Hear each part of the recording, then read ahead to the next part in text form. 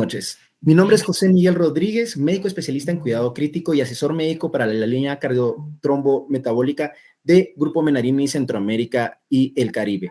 Hoy les doy la más calurosa bienvenida por medio del programa Todo Corazón a este espacio que el día de hoy, miércoles 13 de octubre, conmemoramos el Día Mundial de la Trombosis.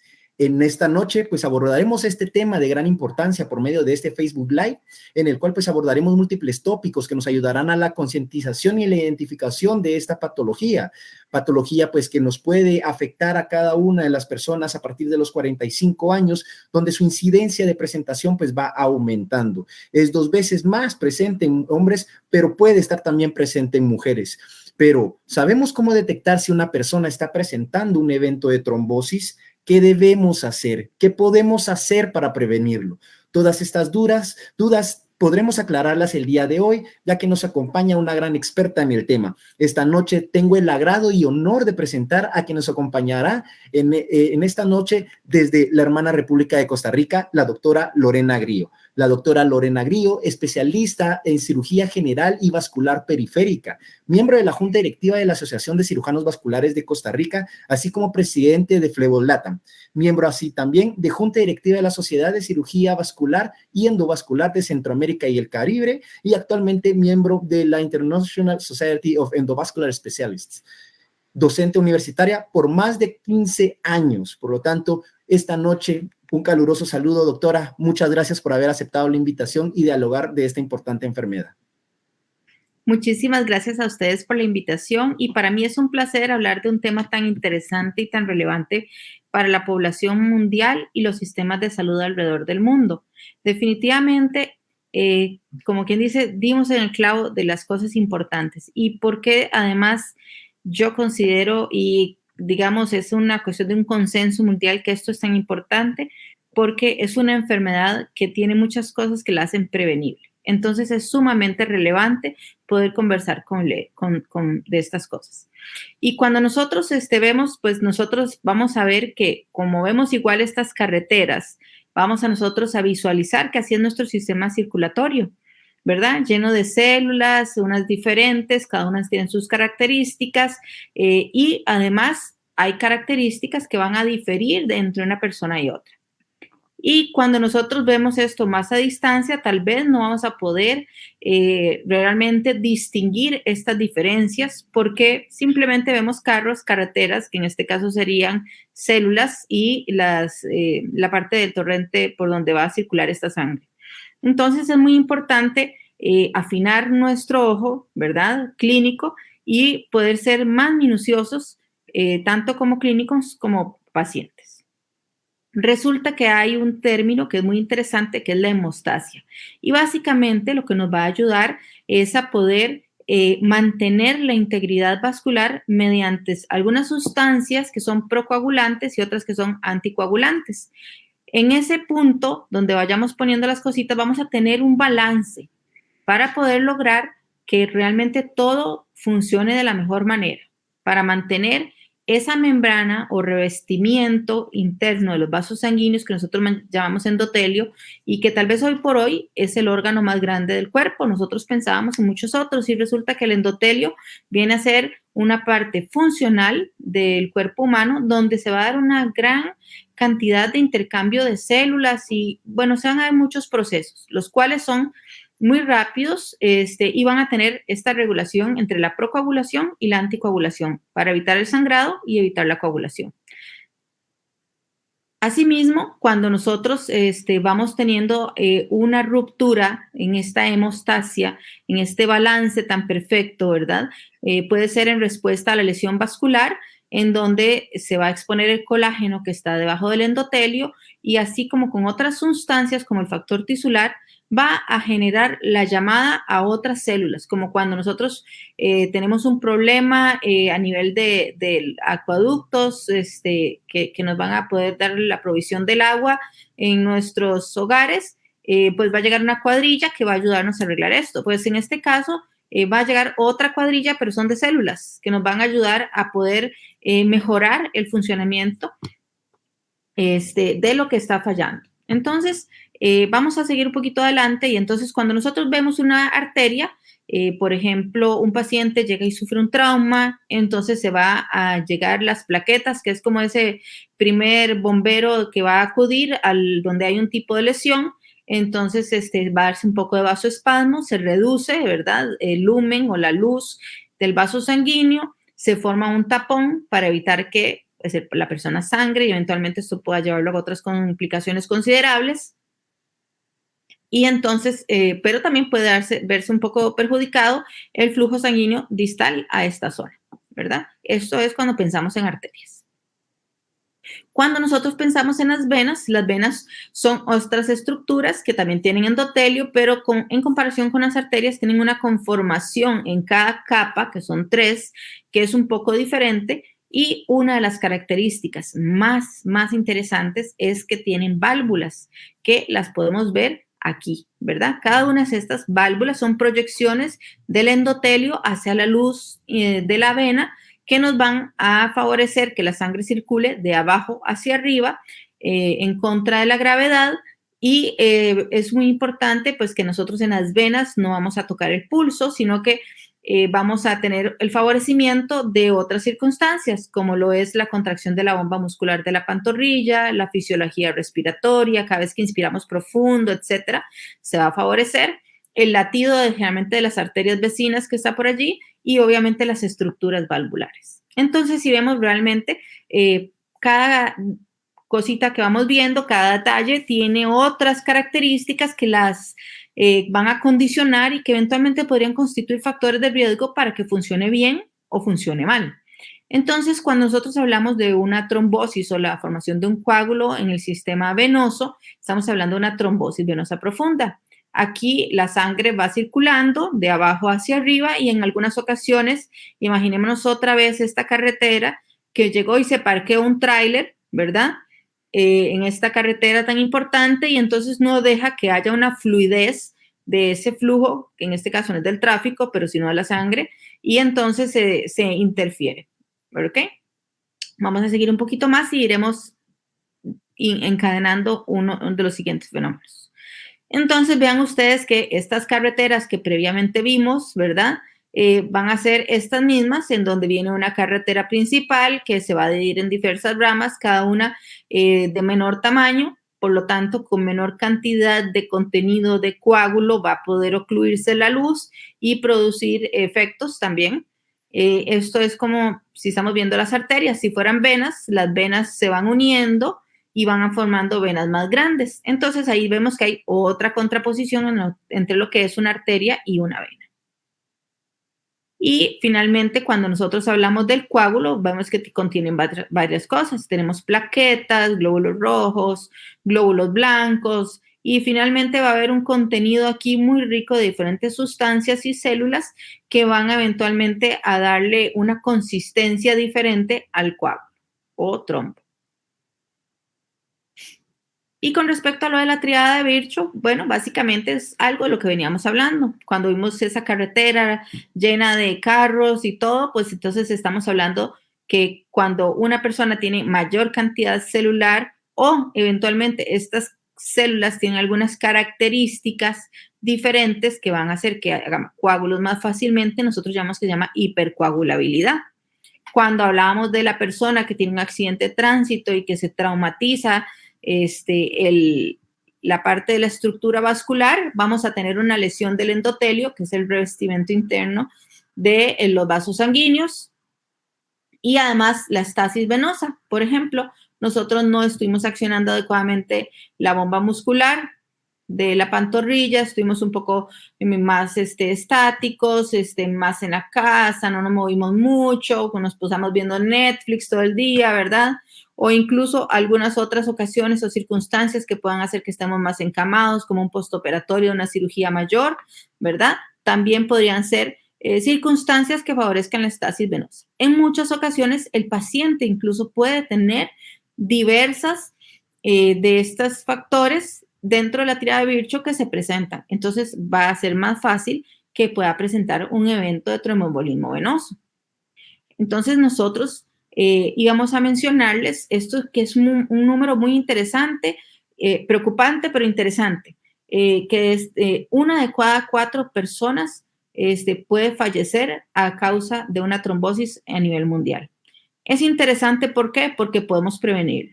Y es importante, ¿por qué? Porque realmente en muchas ocasiones son procesos que se dan en personas aún jóvenes y económicamente activas, que son el sustento de sus diferentes hogares.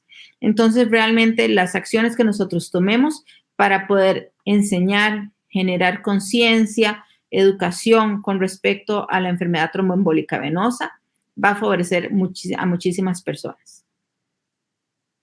Cuando nosotros hablamos de trombosis, algunas ocasiones se tiende a mezclar un poco lo que es una arteria y una vena. Entonces, primero, la arteria-vena no existe, o es arteria o es vena, ¿ok?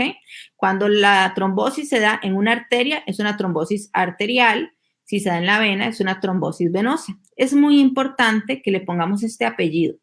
Por ejemplo, yo me llamo Lorena, pero si llaman a Lorena Pérez, a Lorena Gómez, a Lorena Arias y no llaman a Lorena Grillo, probablemente yo nunca voy a volver a ver porque yo sé que hay muchas Lorenas. Entonces nosotros tenemos que ponerle nombre y apellido para poder saber de qué estamos hablando y qué síntomas podemos esperar. Entonces, a las personas que han tenido algún padecimiento, es importante que pregunten a su médico tratante cuál fue el tipo de trombosis que tuvieron, ¿verdad? Para que la historia clínica sea más minuciosa y más certera a la hora de que tenga que tener un seguimiento o alguna otra consulta. Con respecto a la trombosis venosa profunda, es un padecimiento muy frecuente y en estos momentos de pandemia ha sido muy relevante porque se ha, digamos, tenido un poco más de concientización con respecto a los eventos tromboembólicos venosos por la complicación que ha tenido en nuestros pacientes, además de pues, toda la limitación para la movilización que se tuvo, más que todo al inicio, con respecto a la movilización y al poder salir de los hogares de manera como era usual, ¿verdad? Entonces, teníamos que hay menos funcionamiento de la bomba muscular, las personas ya no salían tanto a caminar, estaban más estáticos, pasamos de estar en los trabajos, caminando, subiendo, bajando gradas, a tal vez estar más haciendo teletrabajo sin los cuidados debidos y sin el conocimiento de que esto realmente era algo relevante. Cuando nosotros vemos que este coágulo, por ejemplo, que si este coágulo se forma aquí, dilata un poco la vena, si nosotros lo viéramos con ultrasonido, vemos que esa vena no se puede comprimir, además que realmente no hay flujo por allí y que vemos que está este contenido denso, ¿verdad? Que es hipoecoico en el interior de la vena y vamos a poder ver que si este contenido lo vamos a encontrar luego a distancia en la circulación, pues se va a llamar una embolia. Entonces, estos dos escenarios, ¿verdad? En el punto en donde se forma el coágulo y donde él puede viajar en la circulación, son dos entidades muy interesantes e importantes de reconocer. Entonces, cuando yo hablo de la trombosis venosa profunda y hablo de la embolia pulmonar, en general me voy a estar refiriendo al tromboembolismo venoso. Entonces, hemos ido hablando de cosas bien sencillas, pero muy relevantes para poder nosotros aportar una buena historia clínica y nosotros como clínicos también poder hacer un diagnóstico y un interrogatorio que sea muy valedero y orientado. Y con el Instituto de Hemostasia y Trombosis vemos otra vez, una de cada 4 personas va a morir en causas relacionadas con estos coágulos de sangre. 1 a 3 personas van a tener como causas de muerte principales relacionadas a estos coágulos. Entonces, el tromboembolismo venoso es la causa principal de muertes evitables y ponemos aquí en hospitales porque es uno de los escenarios en donde podemos ver que los pacientes se van a poder ver más afectados por la inmovilización, la cirugía, los internamientos prolongados. 60% de todos estos casos de tromboembolismo venoso va a ocurrir durante o después de una hospitalización. Dentro de los últimos años se ha ido haciendo una intervención y diferentes acciones, tal como charla que estamos dando hoy, para promover una caminata temprana en nuestros pacientes, que se den los tratamientos que puedan disminuir el riesgo de coágulos sin que eventualmente podamos perjudicar o hacer aumentar el riesgo de sangrado, y darle la posibilidad al paciente de que realmente pues conlleve menos riesgos los procedimientos a los que se somete. Y entonces, realmente ese escenario de la ambulancia y cuando vemos el paciente con oxígeno y todo, con una posición en donde estamos favoreciendo que pueda darse una mejor oxigenación y todo, van a ser cosas claves que nosotros tenemos que evitar, pero si se da, saber que hay que correr y asistir a un centro médico. Cuando nosotros hablamos de los síntomas de trombosis venosa profunda, vamos a tener que pensar en varias cosas: dolor, sensibilidad, hinchazón claramente, enrojecimiento, ¿verdad? Porque hay un poco de congestión venosa, y esto pues en general también conlleva una sensación de calor por parte del paciente. Entonces vean ustedes que no son síntomas que son muy difíciles, sin embargo no en todos los pacientes vamos a tener la misma severidad de síntomas, aunque sea comprometido una vena de gran tamaño o eventualmente una gran extensión del sistema venoso. Con respecto a los síntomas de la embolia pulmonar, vamos a tener que en estos pacientes va a haber falta de aire, una respiración rápida, va a poder tener dolor de pecho, un ritmo cardíaco rápido o taquicardia, puede tener sensación de mareo o incluso desmayos. Y uso estas palabras porque realmente quien me interesa que me comprendan, ¿verdad?, son los pacientes que nos están escuchando o las personas que nos están escuchando, para que eventualmente puedan, como quien dice, encender esas antenitas, ¿verdad?, que nos ayuden a comprenderlo y entenderlo para que no se nos olvide. Cuando nosotros hablamos de los síntomas de fibrilación auricular, ¿verdad?, los pacientes que tienen arritmia van a tener una sensación de palpitaciones, sensación de mareo, puede haber una fatiga, que se cansen fácilmente, falta de aire y dolor de pecho. Tenemos entonces que vamos a tener hasta un 8% a partir de los 45 años, y vean ustedes que cada vez vamos haciendo casuísticas con pacientes más jóvenes, y uno de cada 100 casos van a tener más de 80. También incidencias también más elevadas en pacientes de raza negra y un poco menos en asiáticos, y discretamente, digamos, se ha documentado más en hombres que en mujeres, pero hay otros factores como terapias de reemplazo hormonal, anticonceptivos orales o incluso tratamientos para regular el ciclo menstrual podrían hacer que esta balanza se vaya un poco más hacia el lado de las mujeres. Pacientes con hospitalización, como hablábamos, cirugías ortopédicas, reemplazos de cadera o rodilla, pacientes con antecedente de cáncer en el primer año, incluso también si no después de la quimioterapia. Y también vamos a tener algún aumento también de incidencia en el periodo postparto hasta las 3 primeras semanas. Del 25 al 40% de los pacientes que se someten a cirugía abdominal mayor pudieran desarrollar eventos trombóticos en las extremidades inferiores. Cada vez esto ha ido disminuyendo conforme pasan los años. Vean ustedes que esta publicación es del 2004 y esto ha ido disminuyendo con estrategias que se utilizan a nivel hospitalario, tanto como la estratificación del riesgo en los pacientes como medidas de prevención con fármacos o medicamentos especiales que se administran para poder disminuir este riesgo en nuestros pacientes. La estratificación del riesgo en lo que es relacionado con la enfermedad tromboembólica venosa nos va a dar riesgos aproximados y cuáles son las diferentes recomendaciones que nosotros hacemos. Y en general me gusta enfatizar la edad, el índice de masa corporal mayor a 30 y eventualmente secuencialmente de 40 a 50 y mayor de 50 con scores o puntajes mayores en esos ciclos, así como eventualmente relacionado con las cirugías que se van a realizar, ¿verdad? Si son cirugías de cirugía general, ortopédicas o cirugías por cáncer, donde obviamente este riesgo se va a elevar, y en aquellas en donde no se va a poder dar una deambulación temprana. En general, aquí tenemos algunas, digamos, ejemplos de cirugías y vamos a ir viendo en cuáles tenemos un poquito más de riesgo. Hay diferentes métodos de estratificación, el test de Caprini, la escala de Wells, la escala de Padua, y uno de los que a mí más me gusta es el test de Caprini, ya que vamos a tener más de 40 parámetros que vamos a poder identificar de manera sencilla en nuestros pacientes y otra cosa que son reproducibles.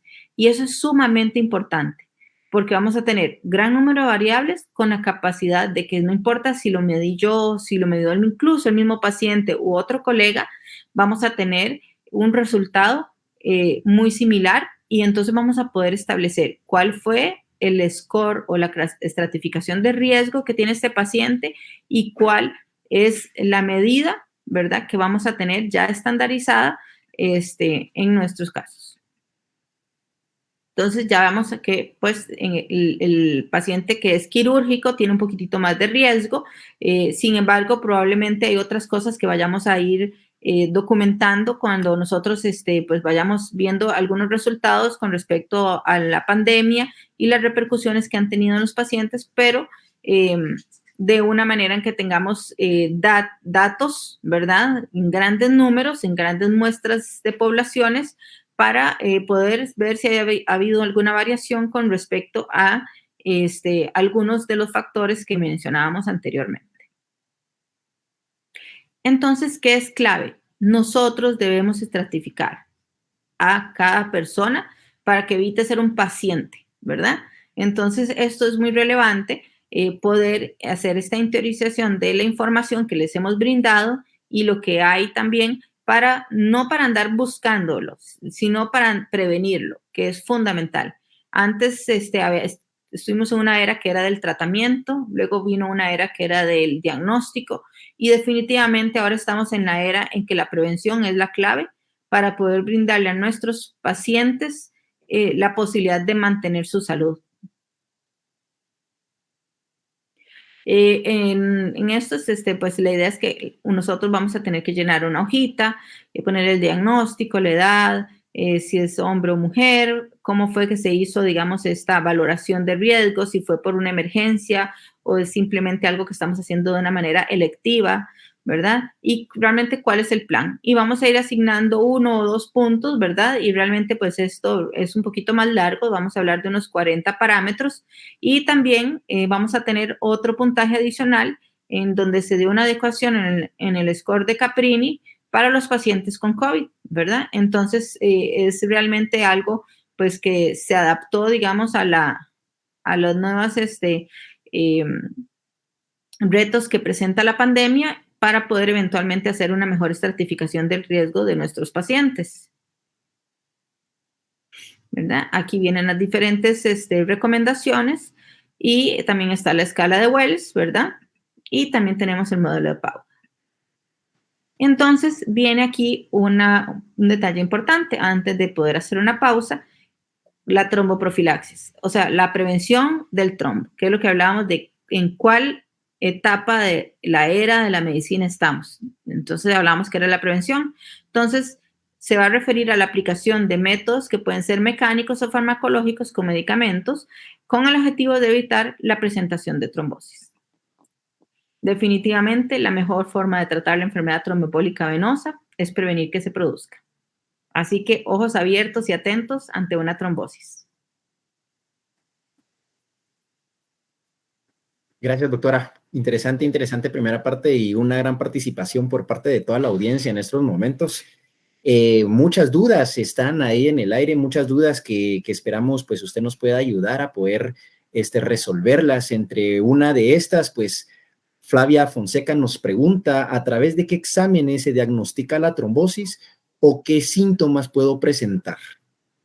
Con respecto a lo de los síntomas, habíamos ya mencionado el dolor, la hinchazón, la parte del enrojecimiento que se refiere a congestión venosa, ¿verdad? Y la sensibilidad que tiene el paciente. Y con respecto al examen, hay un examen que tiene un diagnóstico predictivo negativo muy alto, que es el dímero D. Sin embargo, pueden haber falsos positivos. Sin embargo, siempre se hace el dímero D y eventualmente con una exploración por ultrasonido o ecografía depende en el país que ustedes estén, van a usar un término más que el otro, vamos a poder entonces encontrar la presencia del coágulo, la disminución del flujo, ¿verdad? En un segmento venoso afectado, relacionado siempre con la clínica que presenta el paciente. Excelente, gracias, doctora. Tengo aquí 3 preguntas similares. Se las voy a leer las 3 pero creo que lleva pues la misma línea. ¿Hay algún otro tratamiento para la trombosis que no sea anticoagulación? Y asimismo, Josué López desde Honduras nos refiere que su hermana pues ha tenido este problema de venas, varices gruesas en sus piernas y que no ayuda mucho la compresión de sus medias. ¿Qué recomienda hacer en estos casos? Bueno, yo creo que esto es muy importante saber que nosotros no tratamos piernas, sino pacientes.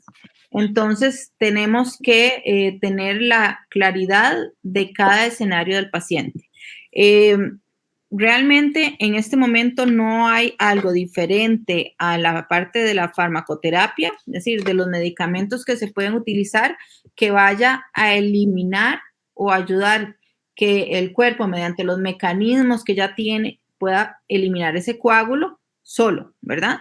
Entonces, hay medios que son la trombectomía mecánica, donde se punza la vena en un sitio distal donde está el coágulo y entonces con eso se pasa el sitio de donde está el coágulo y es un procedimiento, ¿verdad? En donde pues se aspira el trombo o el coágulo, ¿verdad? En algunas son solo mecánicas y en algunas se usan medicamento que se infunde directamente en la vena, ¿verdad? Pero pues requiere una intervención, no es simplemente algo que se va a dar, ¿verdad?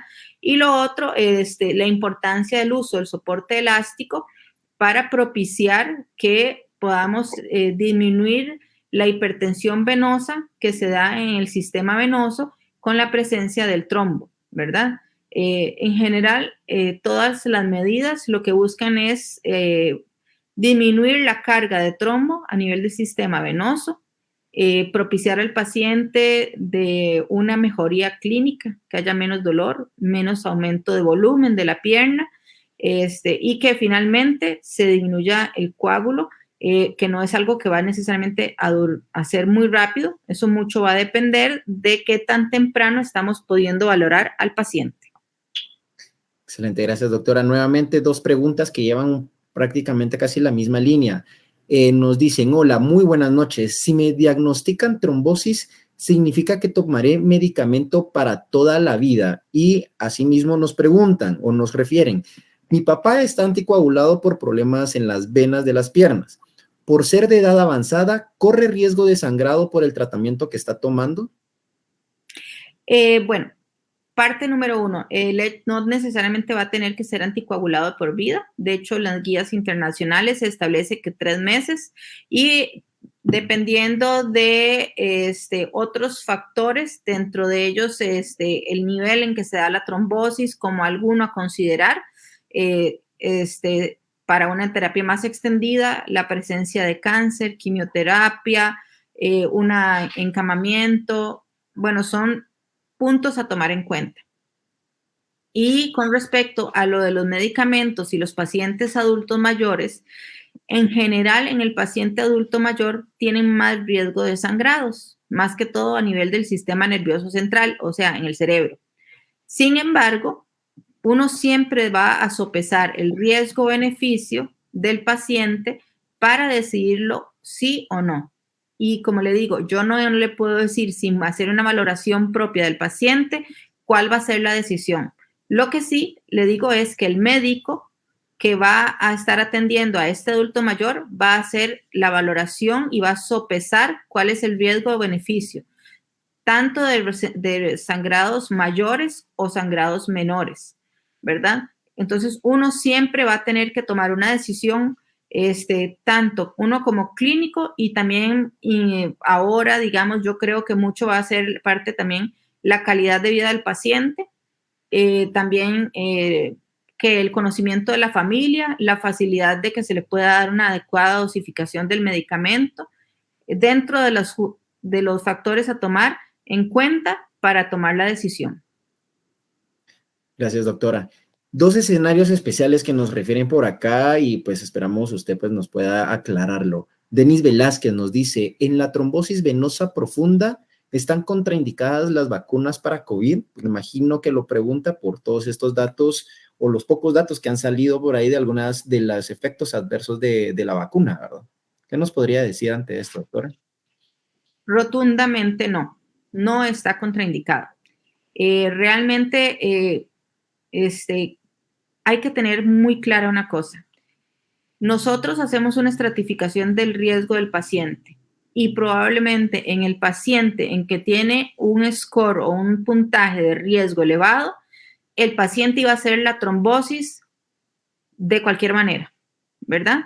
Sin embargo, si este paciente que tiene un riesgo elevado le da COVID, a la hora de que nosotros tenemos un paciente con COVID, uno de los sitios más afectados es el endotelio. Hay una endotelitis, una inflamación de esta parte. Entonces, todos los pacientes van a tener más riesgo.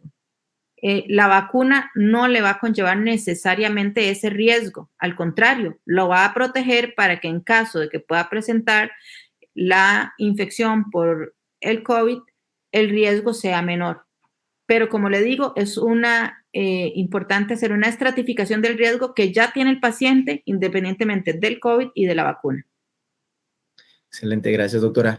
Pues otro usuario nos refiere un cuadro clínico, se lo voy a leer tal como ella nos lo escribe. Dice, a los 20 años me hicieron una safenectomía del miembro izquierdo. Después tuve 3 bebés. Y actualmente en mi pie izquierdo veo un pequeño coágulo y veo que se está formando otros más. ¿Me servirá la escleroterapia, la flebología láser? Bueno, no sé qué, importante es la edad actual de la persona. La safenectomía o el procedimiento no la va a predisponer a un evento venoso. También depende qué tanto tiempo haya pasado entre el primer episodio. Antes no necesariamente se usaba el ultrasonido previo a los procedimientos, ahora sí, entonces vamos a conocer su sistema venoso mejor que antes. Lo otro es que realmente pues los procedimientos que se hacen deben ser con un abordaje ecoguiado para poder conocer la anatomía del paciente. Generalmente los coágulos no son visibles, ¿verdad? Tan fácilmente si no se tiene un cierto grado de experiencia. En muchas ocasiones es importante tener claro que el paciente que tiene una trombosis venosa profunda va a poder tener hinchazón, pero él no se ve el coágulo, lo vemos por el ultrasonido. Los coágulos que se ven son del sistema venoso superficial, que en este caso no los hemos abordado aún, pero realmente lo que le diría es que uno debe confiar en su médico, asegúrese que pues sea una persona preparada para hacer esta valoración y los procedimientos que le ofrecen, pero en general, como médico, uno siempre va a preferir y a buscar el bienestar de los pacientes y no necesariamente los tratamientos. Los tratamientos son una vía para lograr ese bienestar para el paciente. Y es importante también como pacientes poder nosotros tener el mejor apego posible o adherencia a las recomendaciones y tratamientos que nos da nuestro médico. Excelente. Otro comentario y pregunta por parte de otro usuario. Menciona, muy interesante conferencia, doctora Grillo. ¿Qué puedo hacer si presento síntomas de trombosis? ¿A dónde voy o con quién consulto? Bueno, yo soy cirujana vascular, entonces pues yo le diría a una cirujana vascular, pero sin embargo yo le diría a un clínico que tenga la experiencia en el manejo de la trombosis venosa profunda. Estaríamos pensando o eventualmente, dependiendo de los países, que en algunas ocasiones pueden ser hematólogos, especialistas en la parte de flebología. Lo más importante es que tengan las herramientas para poder darle un diagnóstico. Uno generalmente pues solicita un dímero D, ¿verdad? Que ese es un examen de sangre que no necesita ayuno y que puede realizarse. esto nos va a poder servir como un punto de partida para ver cómo está el paciente. Como dijimos, el valor más importante que tiene es cuando está negativo, porque vamos a saber que la posibilidad de que ese paciente tenga una trombosis prácticamente es nula. Luego, poder hacer el ultrasonido para definir dónde se encuentra alojado el coágulo, si lo tiene o no, ¿verdad? Realmente poder asistir a un centro médico, y cuando yo le puse lo de la ambulancia, es cierto, o sea, uno no es algo para esperarse, y no significa que necesariamente si ese día todos los estudios salen negativos es porque no lo puede llegar luego a tener. Puede ser que tal vez estén vasos que son muy pequeños, que por el edema son poco visibles, y que eventualmente si la persona persiste con síntomas, vuelva a consultar, ¿verdad? Porque pueda que entonces en ese momento haya algo que sí se visualice, ¿verdad? Pero cada paciente es muy diferente. A veces uno ve pacientes con mucha enfermedad venosa, ¿verdad? O con un evento tromboembólico venoso que abarca un segmento más grande con menos síntomas, y tal vez uno que abarca un segmento más corto con más síntomas. Entonces, realmente siempre tratamos enfermos y no necesariamente enfermedades. Gracias, doctora. Adriana Sevilla Rodríguez nos pregunta, ¿cuál es la diferencia entre trombosis venosa profunda y una superficial? Ok, cuando nosotros vemos el sistema venoso, yo les explico a veces, me disculpan si les parece muy coloquial o muy sencillo, imagínense como que si fuera una tajadita de un queque, ¿verdad? Uno tiene el lustre, tiene luego donde ya empieza el queque y tiene diferentes capas. Entonces, el sistema venoso superficial está de esa fascia, que nosotros le llamamos fascia, pero realmente es como donde está el lustre del relleno, ¿verdad? De ahí para arriba es sistema venoso superficial, y de ahí para abajo nosotros le llamamos sistema venoso profundo. Esa fascia es lo que divide esos dos sistemas.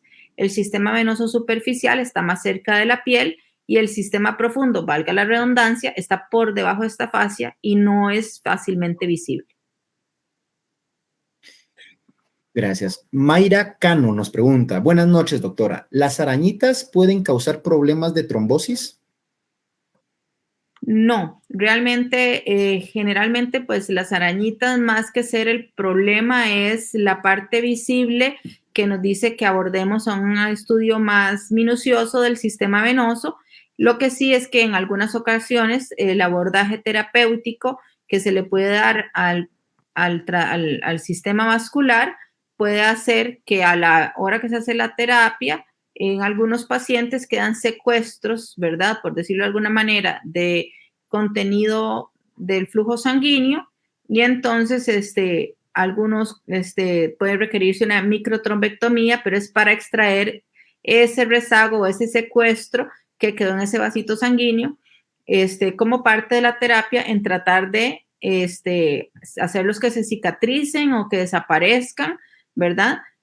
Pero realmente pues es como un índice de sospecha de que algo más podemos ir a buscar.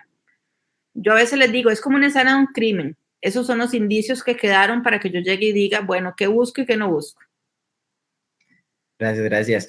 Claudia Cook nos refiere, buena tarde, buenas noches, doctora. Disculpe, ¿ayudaría a mejorar el dolor y las molestias de calor si tomo diosmina y clopidogrel? Bueno, vea, ahí estamos mezclando dos cosas. Generalmente el primer componente que mencionaron como tal no se mercadea solo. Idealmente no se recomienda esa molécula sola porque el efecto no es igual. Y el clopidogrel es un antiagregante plaquetario, ¿verdad? Entonces, a veces, ¿qué es lo que pasa? Que se mezclan, ¿verdad? A veces son palabras que a veces de los medicamentos, los nombres son a veces complejos. Tengan por seguro que los mecanismos farmacológicos de cómo funcionan y cuánto duran en actuar y por qué unos sí y otros no, es todavía más complejo. Entonces yo le diría, confíen en el clínico para que les haga un abordaje, pero esto, es decir, el hecho de que ustedes puedan hacerse, digamos, una evaluación de su riesgo no significa que van a tener la posibilidad de hacerse la autoprescripción. Al contrario, totalmente no aconsejado, hacer este tipo de prácticas. Doctora, han pues repetido muchas veces algunas preguntas similares que pues usted amablemente ya nos ha respondido, pero igual las vuelvo a preguntar porque creo que ha quedado bastante duda. Varias personas pues nos preguntan cómo saber si se tiene una trombosis venosa y asimismo el por qué se resaltan las venas de los miembros inferiores. Bueno, eso es muy interesante porque realmente esto es como una compensación. ¿Se acuerdan la primera fotografía que vimos de la carretera totalmente colapsada? Bueno, cuando usted llega y a 2 kilómetros ve que esa carretera está colapsada, usted va a buscar una ruta alterna. En este caso son esas venas superficiales que se van a ver más recargadas porque necesitan usar rutas alternas para que el flujo sanguíneo, que no puede irse por la ruta usual, que es el sistema venoso profundo por lo general para mayores volúmenes y más flujo a mayor presión, entonces va a buscar rutas alternas para vasos superficiales que no están acostumbrados a manejar ni mucho flujo ni a mucha presión. Entonces se van a ver más resaltados. Pero digamos que es como una fisiología compensatoria y también son signos clínicos que tienen nombres propios, que son, por ejemplo, en las venas pretibiales, el signo de Ouluck, donde vamos a poder verlo, que se ven más turgentes o visibles. Gracias. Denis Velázquez nos refiere en una situación especial o en un escenario específico. ¿Cuál es la tromboprofilaxis recomendada en pacientes embarazadas? En las pacientes embarazadas vamos a utilizar heparinas de bajo peso molecular siempre, ¿de acuerdo? Realmente no hay estudios en mujeres embarazadas con otro tipo de terapias porque no es conveniente hacerlo en donde podamos poner en riesgo al feto, a la madre, hacer otros estudios, pero está claramente comprobado la utilidad de heparina de bajo peso molecular tanto para prevención como para tratamiento de anticoagulación en pacientes que ya tienen diagnóstico de trombosis. Ok, excelente. Gracias, doctora. Pues prácticamente traté de resumir un poquito las preguntas que aparecen, son bastante similares o llevan la misma dirección y pues gracias por responderlas.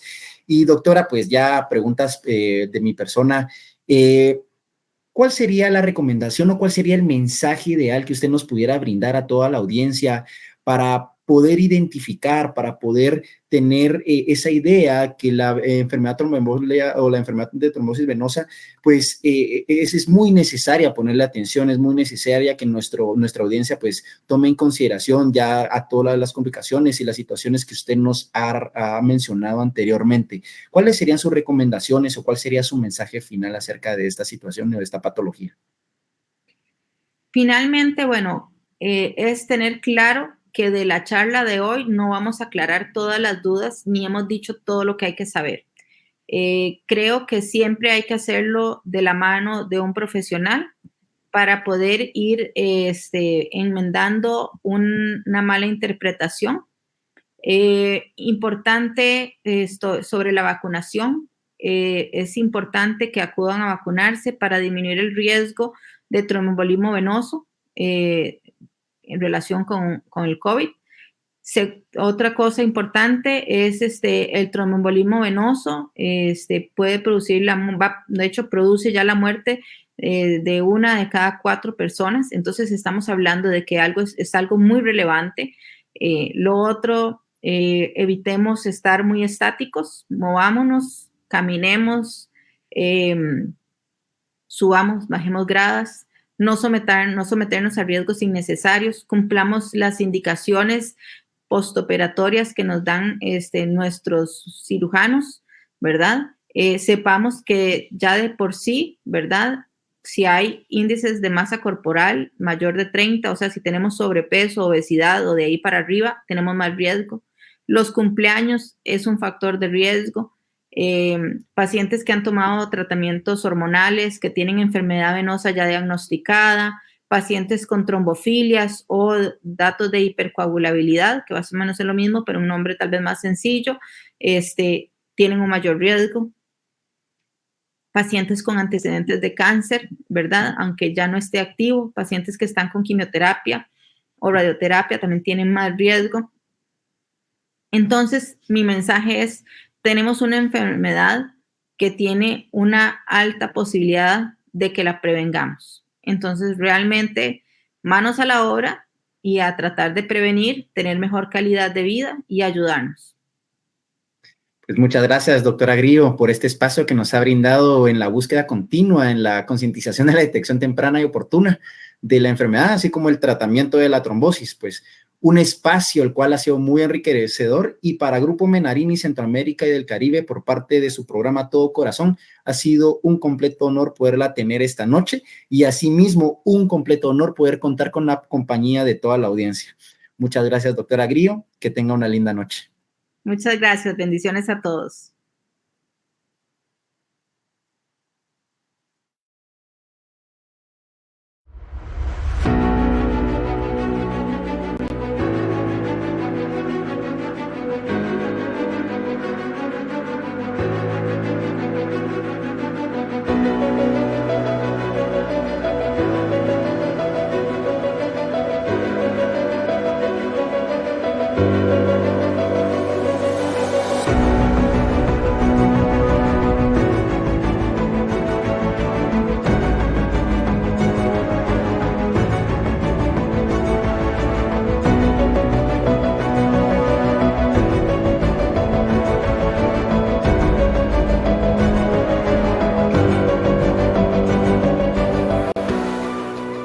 World Thrombosis Day is a global effort that unifies doctors and patients in a common goal to raise awareness about thrombosis and the importance to prevent and treat it in time.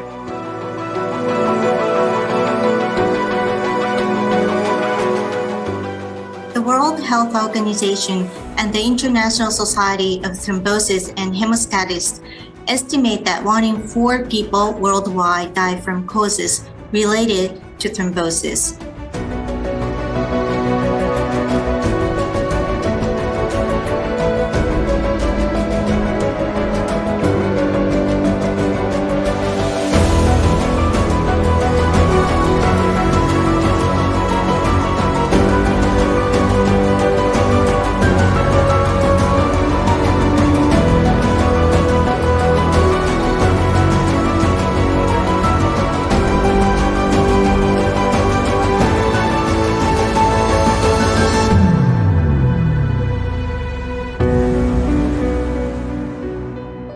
Let's recognize the severity and the consequences associated with thrombosis in patients with atrial fibrillation, and the importance to stratify risk in these patients in order to reduce premature deaths and disability that can be caused by atrial fibrillation.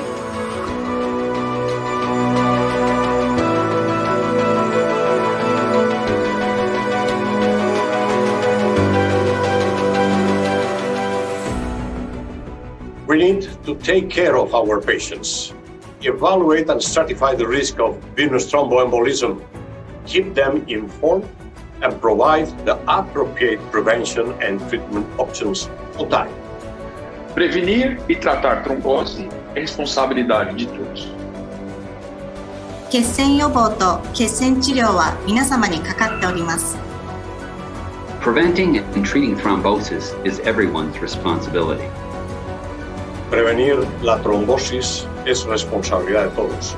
Evaluemos, prevengamos y tratémosla oportunamente.